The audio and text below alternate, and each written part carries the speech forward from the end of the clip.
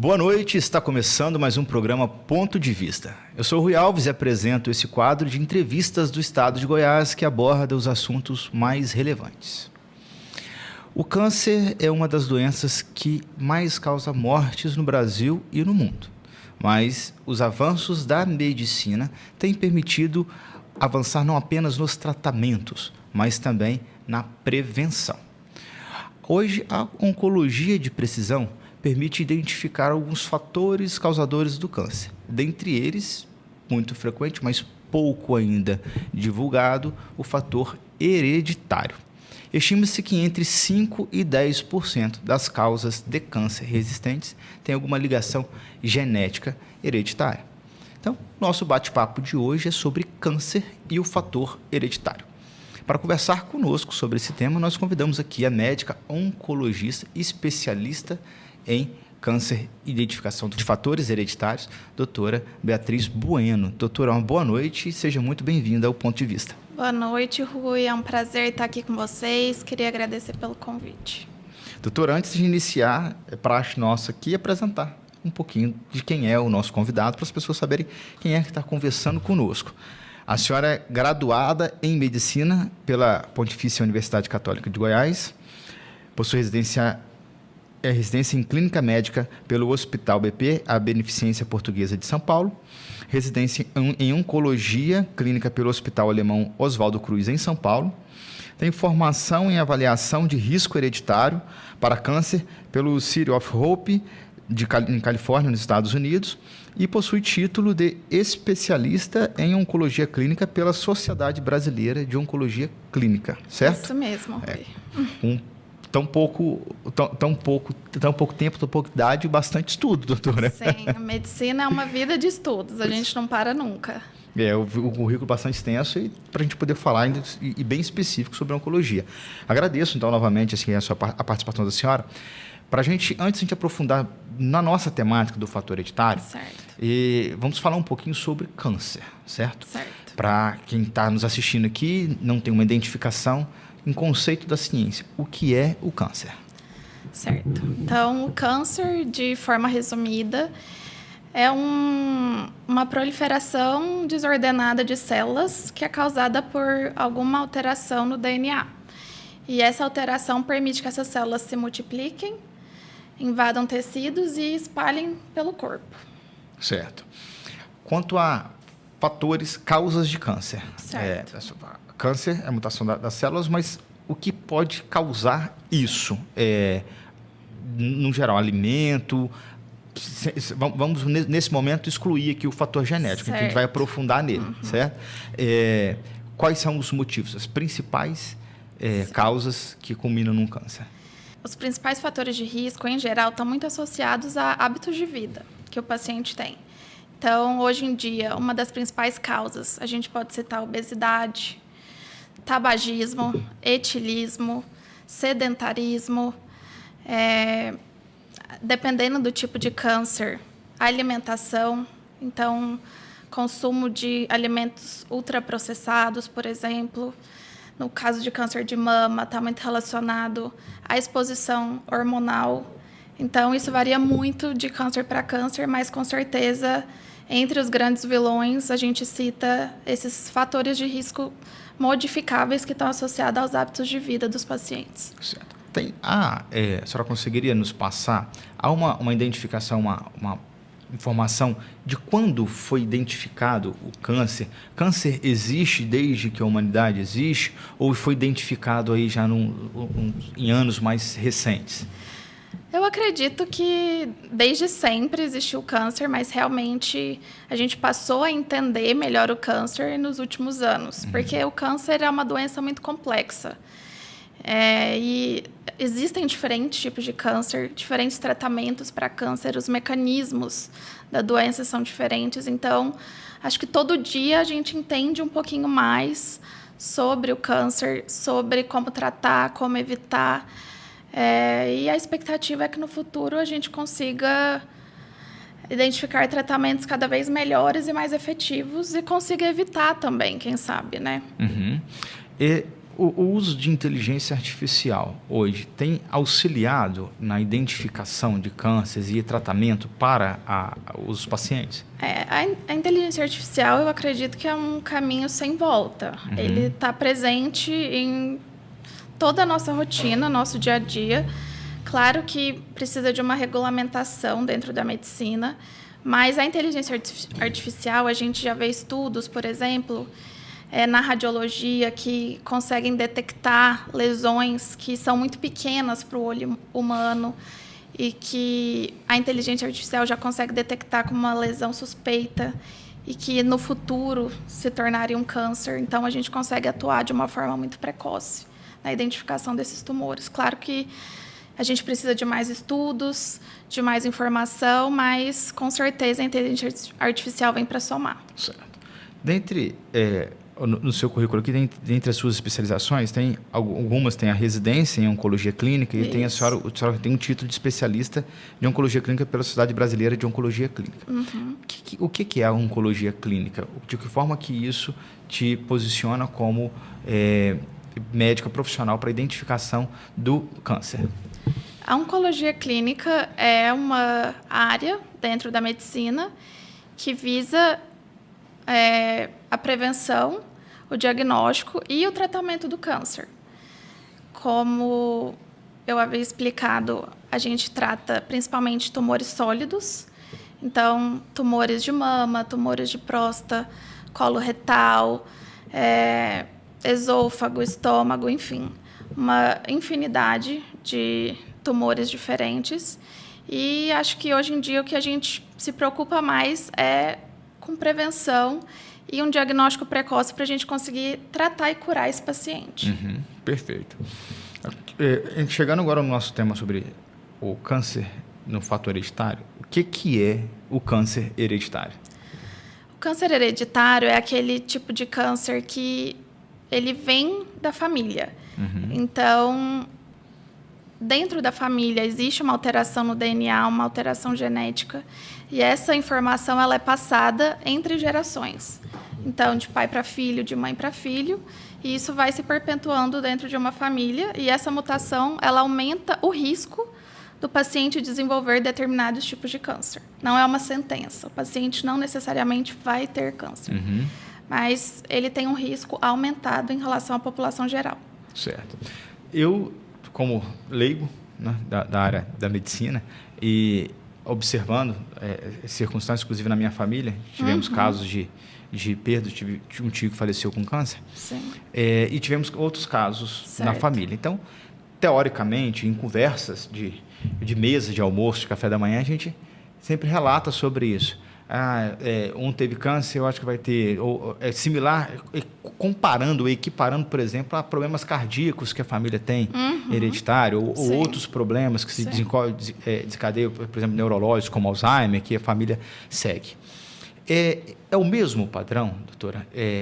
Dá para considerar que uma família que tenha, uma pessoa certamente vai ter, ou ela pode se desenvolver, ou há algo que ela faça que permita que ela desenvolva aquele câncer? Não, igual eu falei, não é uma sentença. Como a gente disse no início, 90% dos casos de câncer eles são esporádicos. Então, não estão relacionados à história familiar do paciente. Está muito mais relacionado aos hábitos de vida, aos fatores de risco que muitas vezes são modificáveis. 5 a 10% dos casos vêm de origem familiar. E mesmo o paciente tendo a mutação, isso não significa que ele vai desenvolver o câncer. Significa que ele tem um risco maior do que eu tenho, do que você tem. Mas, com certeza, os hábitos que ele tem durante a vida também ajudam a desenvolver. Certo. Entendeu? Então, são fatores que se somam.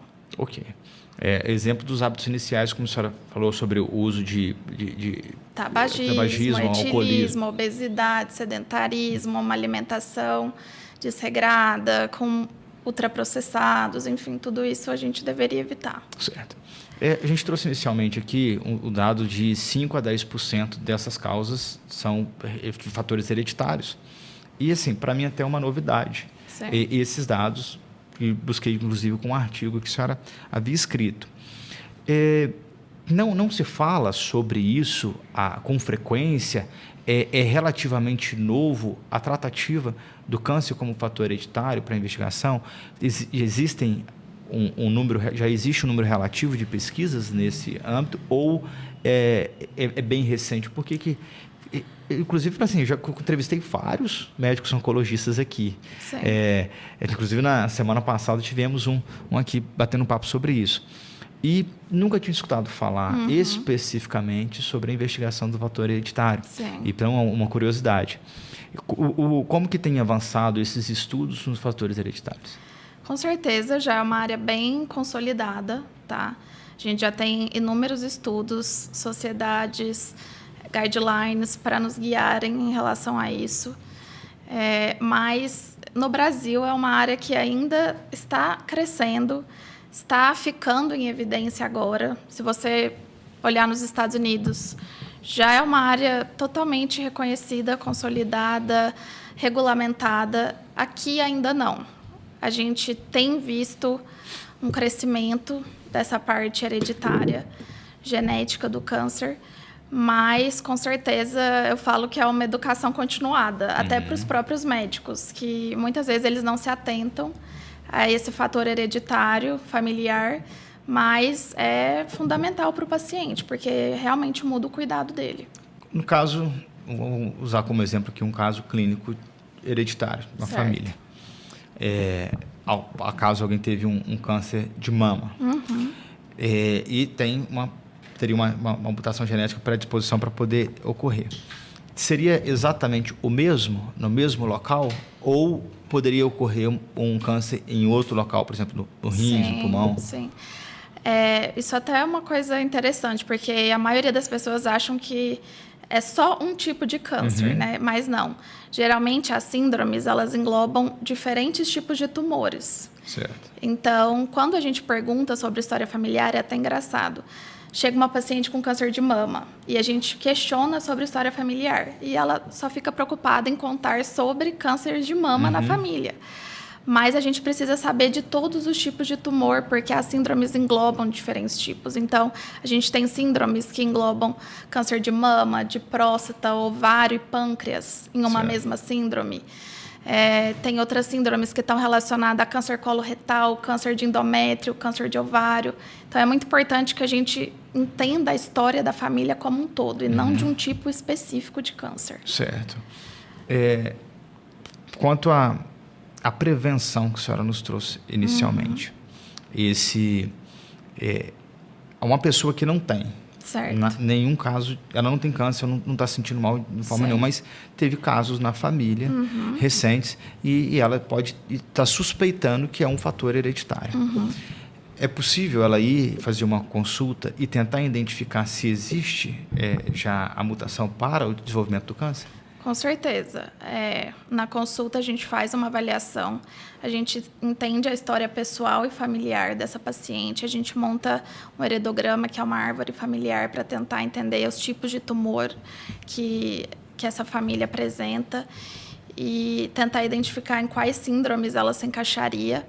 E se realmente a gente notar que existe uma indicação, a gente solicita um teste germinativo, que é esse teste para avaliar alguma mutação que aumentaria o risco dessa paciente. No texto, a senhora falava um pouco sobre as mutações germinativas. Exato. Explica para mim um pouco melhor. A professora trouxe o termo. O que é a mutação germinativa? A gente tem 2 tipos de mutação principais dentro do câncer, que é a mutação germinativa e a mutação somática. A mutação somática é a mutação que a gente encontra nas células do tumor. A mutação germinativa a gente encontra em todas as células do indivíduo. O indivíduo ele nasce com essa mutação. E todas as células vão ter essa mutação, a gente encontra em todas. Já a mutação somática é a mutação que a gente encontra apenas na célula do tumor. Então, existe essa diferenciação. Certo. E é isso, então, que permite identificar que o paciente ele tem a predisposição para o desenvolvimento do câncer. Exatamente. A gente tem testes hoje em dia que conseguem identificar uma mutação que o paciente nasceu com ela e que aumenta o risco dele desenvolver alguns tipos de câncer. Certo. Agora vamos falar aqui, para quem está nos assistindo, para não se alarmar, né? Claro. Porque, diante disso, a gente pode ter algumas pessoas... será que eu nasci com isso? Eu vou Sim. correr? Todo mundo deve fazer um exame desse tipo ou tem que buscar primeiro qual é o histórico familiar, se existe, se ele está sentindo alguma coisa? Sim. Nos oriente sobre isso. Tá. Hoje a gente tem indicações específicas, né, para testagem. Existem casos que chamam a atenção, né, quais pacientes deveriam procurar um oncogeneticista. Então, pacientes que tiveram câncer muito jovem, histórico familiar relevante, claro. Então, tumores na família, diferentes tipos de câncer na família tem que ser investigado. Pacientes, por exemplo, que tiveram câncer de mama bilateral ou um paciente do sexo masculino com câncer de mama. Pacientes que têm uma mutação somática, como eu expliquei, no tumor, e às vezes merecem uma investigação germinativa.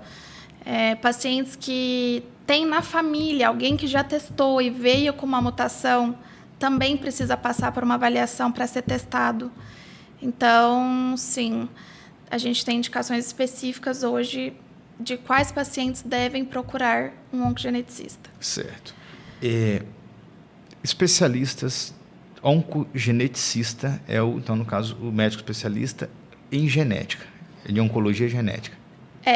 Assim, não é uma área que ainda está sendo regulamentada aqui no Brasil, mas o que eu faço é uma avaliação de risco para o desenvolvimento de câncer hereditário, né? Então, é uma avaliação de risco para identificar esses pacientes que têm uma mutação que aumenta o risco de câncer e que passa de geração para geração. Certo. Falamos de uma avaliação genética com meios de prevenção. Certo. Existe alguma outra forma de prevenção, além do cuidado com a alimentação, como dizemos? Claro que o primeiro ponto é sempre mudança de hábitos de vida. Isso todo paciente devia fazer. Uma alimentação regrada, atividade física, cessar tabagismo e etilismo. Mas, a depender da mutação, a gente consegue atuar de uma forma individualizada. Então, a gente faz um rastreio diferenciado para o paciente. Não é um rastreio igual da população geral. A gente faz um rastreio direcionado para aqueles tumores que estão incluídos na síndrome daquela mutação. Às vezes, a gente pode atuar diretamente fazendo cirurgias redutoras de risco, que o caso da Angelina Jolie é bem famoso. A Angelina Jolie ela tinha uma mutação em um gene que era o BRCA1, que aumenta risco para câncer de mama, de ovário, de pâncreas. E ela optou por fazer cirurgia redutora de risco. Então, ela tirou as 2 mamas e tirou os 2 ovários. Uma tentativa de evitar de vir a ter esse tumor lá na frente. Certo. Curioso esse caso, eu recordava vagamente, Sim. Mas vou até usá-lo como exemplo aqui. Sim. Porque ela resolveu já se submeter a uma cirurgia preventiva. Sim. Acaso ela identificando como foi que ela teria essa mutação genética para o desenvolvimento desse câncer, e ela decidisse por não fazer a cirurgia redutora de risco e viesse a desenvolver o câncer na mão, por exemplo, era um risco maior para ela, porque até me tira esse mito e me corrija aqui. Identificado logo no começo o câncer de mama e a redução, há uma retirada do tumor e o não desenvolvimento dele. Talvez não seria preferível ela esperar para poder desenvolver e retirar do que fazer uma redução? Isso é uma discussão individualizada. A gente discute bastante no consultório com cada paciente, porque, claro que a gente está falando de uma cirurgia, para a mulher a mama é muito importante. Existem outras estratégias que não seja uma cirurgia redutora de risco, então a gente consegue fazer um acompanhamento bem de perto com essas pacientes. A gente faz ressonância de mama intercalado com mamografia no intervalo menor, justamente para conseguir detectar alguma alteração de uma forma muito precoce e que a gente consiga curar esse câncer. Então, sim, existem outras opções que não seja a cirurgia redutora de risco. Isso é muito individualizado, a gente discute caso a caso com a paciente. Nesse caso de acompanhamento preventivo, com exames num período menor, Qual é o período ideal para exames, por exemplo, o câncer de mama? E o que seria essa redução? Você fazer semestralmente? Na população em geral, né, a gente tem diferentes recomendações. O Ministério da Saúde ele recomenda uma mamografia bianual a partir dos 50 anos. Já a Sociedade Brasileira, por exemplo, recomenda a mamografia a partir dos 40 anos de forma anual. Nas pacientes que têm uma mutação germinativa, isso varia muito de mutação para mutação. Quando a gente está falando, por exemplo, do BRCA, que é o gene que a Angelina Jolie tem, por exemplo, a gente acaba fazendo esse acompanhamento de uma forma mais precoce e de uma forma com intervalos menores. Então, quando a paciente completa 25 anos, a gente já começa a fazer exame clínico das mamas, associado a uma ressonância das mamas, de forma anual. Com 30 anos, a gente associa a mamografia. Então, a paciente faz a ressonância e a mamografia de 6 em 6 meses, intercaladas. Então, isso varia muito de qual gene, qual mutação a gente está falando. Por isso que é muito importante uma avaliação para a gente entender qual é o tipo de gene que a gente está falando e a gente conseguir individualizar esse cuidado. Perfeito. Além do BRCA, são muitas as mutações? Sim, a gente tem vários genes que aumentam o risco para diferentes tipos de tumor. A gente tem genes que aumentam o risco para mama, para câncer coloretal, para câncer de próstata. Realmente são inúmeros. Doutora, nós estamos aqui no estado de Goiás. Sim. A senhora aqui em Goiânia tratando pacientes daqui e até que vem de fora, né? Goiânia é referência em medicina, inclusive no Brasil também. Como que é a estrutura aqui no estado de Goiás, em Goiânia especificamente, para a identificação? Equipamentos, laboratórios para a identificação do Aqui câncer. em Goiânia a gente já tem uma estrutura que eu considero uma estrutura de qualidade, tá? A gente tem alguns laboratórios que a gente trabalha e que a gente confia. Geralmente esses exames eles são enviados para São Paulo para fazer uma análise lá, mas com todo o cuidado e toda a confiança que a gente precisa para ter um exame de qualidade para o paciente. Laboratório em Goiânia para essa análise não? O laboratório, o paciente coleta em Goiânia. Mas a análise... A amostra vai para São Paulo, na maioria das vezes. Na grande maioria das vezes acaba indo para lá. E demora essa análise? Tem demora demora alguns dias. Assim, em geral, umas 3 semanas para o exame ficar pronto. Certo. Não é um exame muito rápido. E isso isso num geral, na oncologia, ou especificamente por estarmos falando de mutações genéticas? Sim, eu estou falando do painel germinativo. Certo, painel germinativo. Isso. Ele demora mais ou menos umas 3 semanas para a gente ter o resultado. Certo. E o Brasil hoje, comparado com o que a senhora já observou o restante do mundo, outros países, sobre esse painel germinativo, a nossa medicina tem atendido a contento? Com certeza. Eu acho que a oncologia brasileira é uma oncologia de qualidade, é uma oncologia muito científica. Então, nossos oncologistas aqui, eles estão preocupados com evidência, tratar o paciente de uma forma individualizada. A gente vai em congressos internacionais, a gente vê que nossos tratamentos, nossos protocolos estão muito alinhados com o que está sendo feito lá. Então, acho que nossos pacientes estão bem assistidos, sim.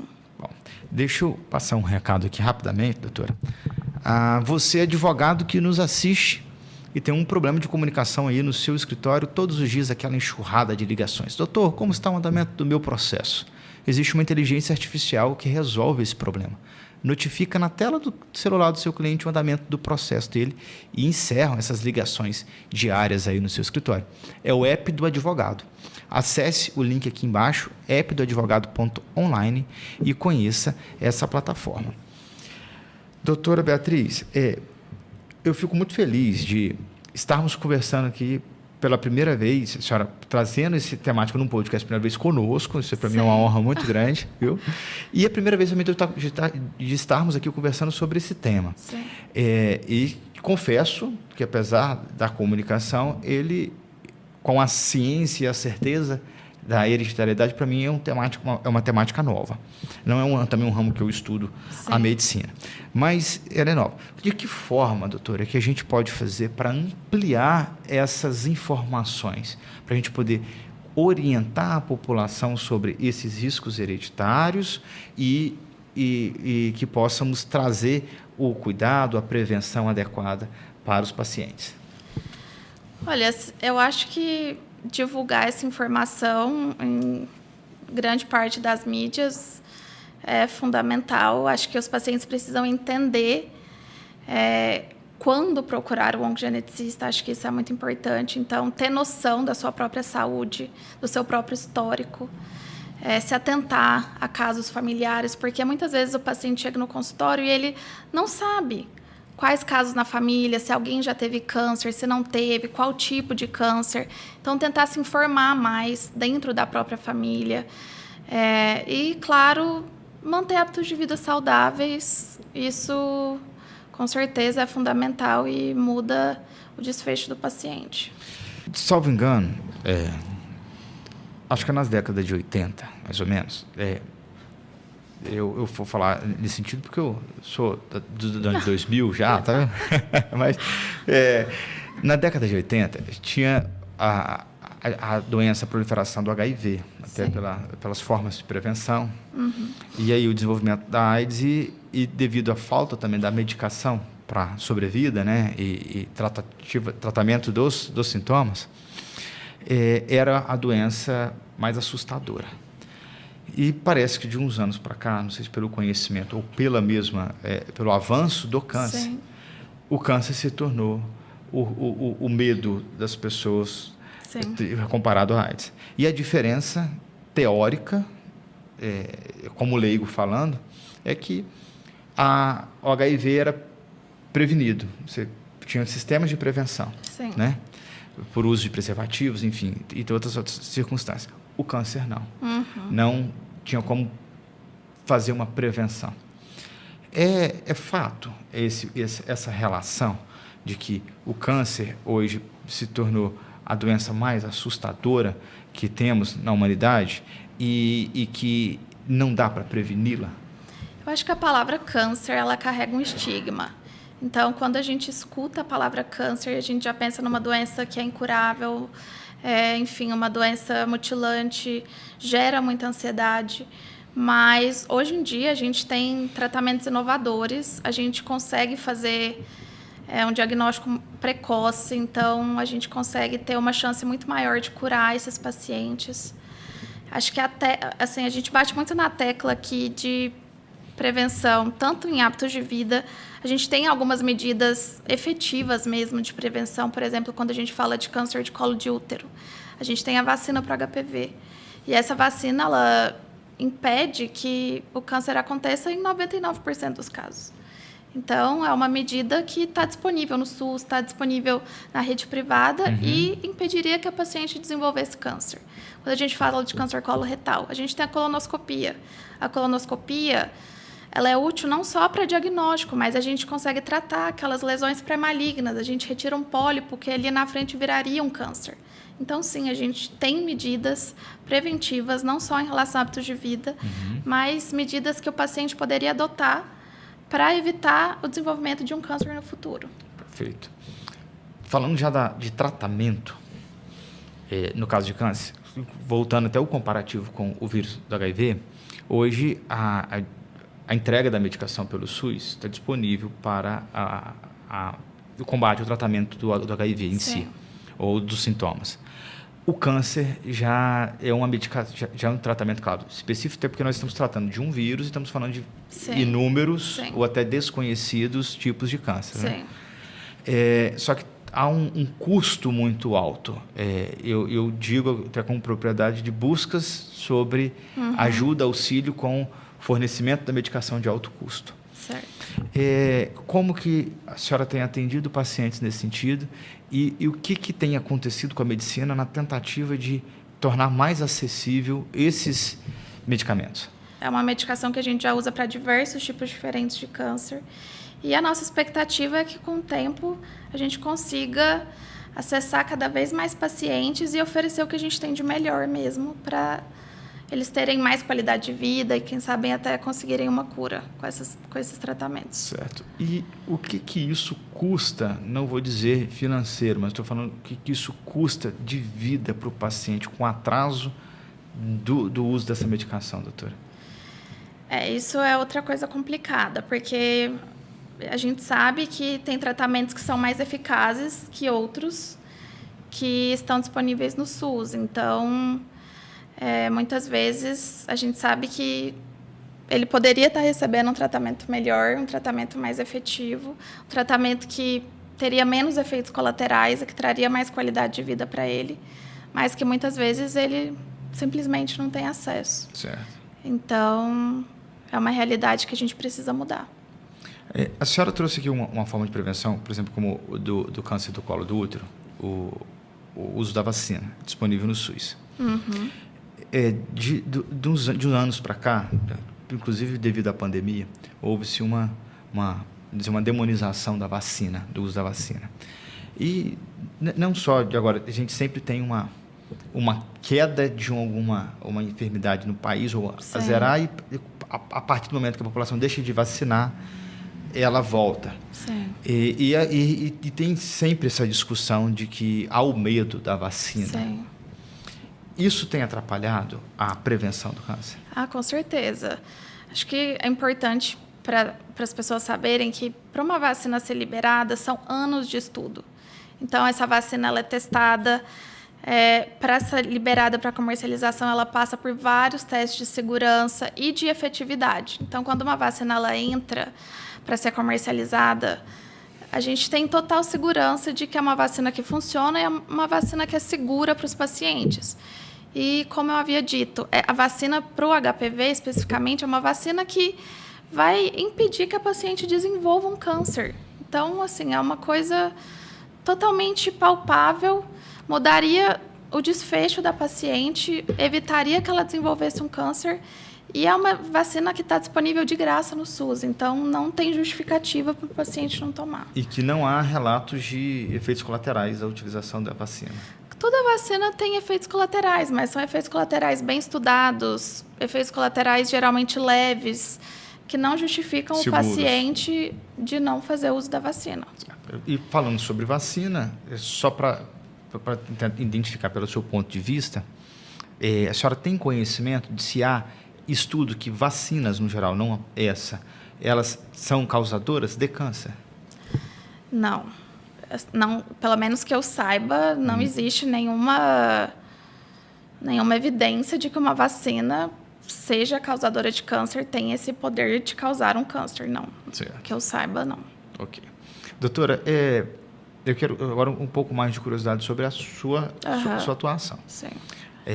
Nos bastidores que a senhora me falou, que é goianiense, aqui do goiano pé rachado, né? Sim, goianiense com orgulho. E como que a senhora chegou à medicina e, inclusive, à medicina da oncologia? Então, meu caminho foi meio tortuoso. Eu comecei em outra área, fiz engenharia civil, acabei mudando para medicina depois de um tempo e me encontrei na medicina. Eu falo que a medicina é uma área que é maravilhosa, ela é uma área muito ampla, então todo mundo vai se encontrar na medicina.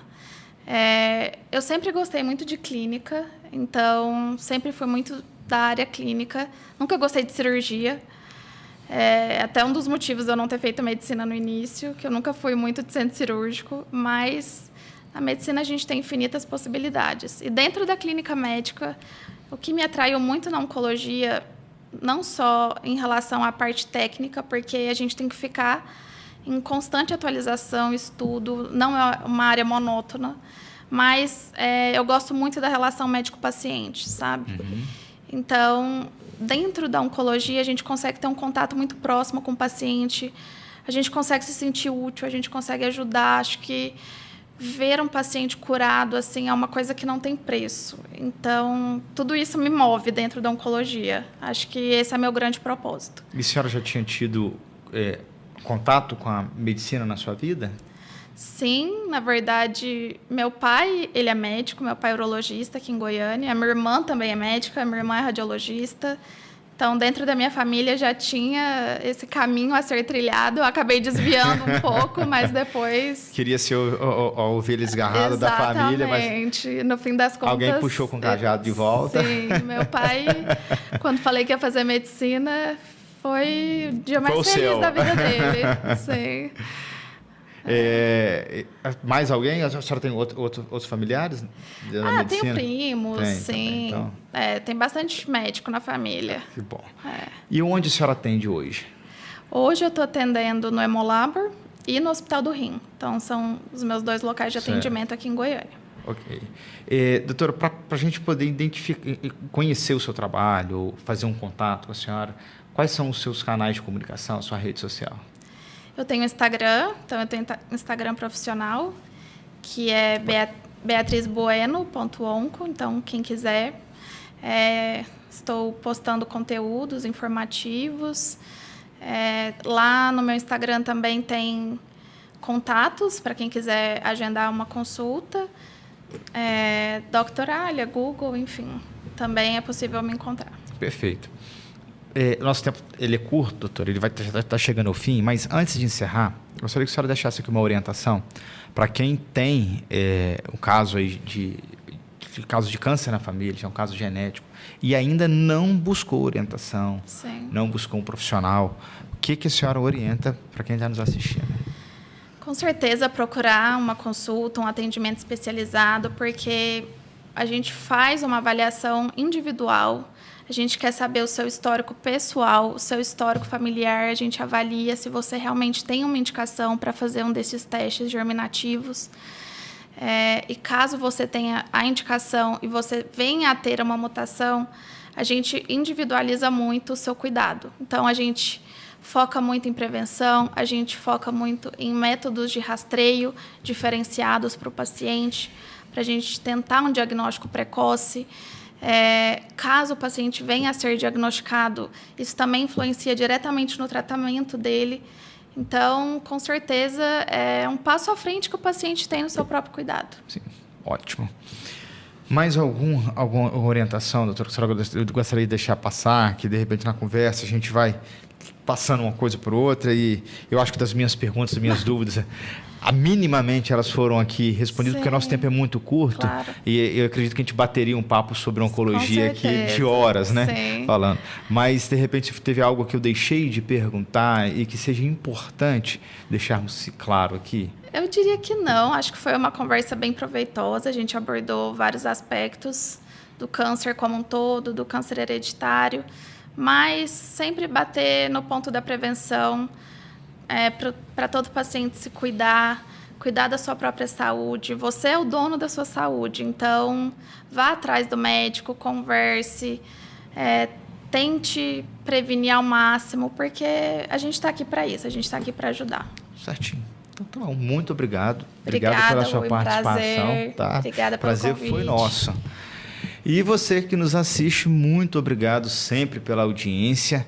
Quero agradecer aqui o nosso produtor, Lucimar Faria, da TC Multimídia. Já siga aqui nas redes sociais, @TC Multimídia. Eu quero fazer um agradecimento especial aqui ao nosso amigo Clailton, que nos trouxe aqui a indicação da doutora Beatriz Bueno. Muito obrigado, viu, Clailton? É necessário esse bate-papo para a gente poder orientar as pessoas, para que saibamos cada vez mais os detalhes dessa doença. Curiosidades são muitas, mas conhecimento acredito que são poucos e, inclusive, doutora, desmistificando muitas coisas aqui, foi muito importante. E siga também aqui as nossas redes sociais. O nosso podcast está no Instagram com programa Ponto de Vista _PDV. E o nosso canal de notícias é o Ponto de Vista .news. Se inscreva aqui no nosso canal, deixe nos nossos comentários aqui também o seu ponto de vista e envie esse vídeo aí para quem você entenda que precisa conhecer um pouco mais sobre o câncer e o fator hereditário. Aquele que tem saúde tem esperança, e aquele que tem esperança tem tudo. Thomas Carlyle. Uma boa noite e até mais.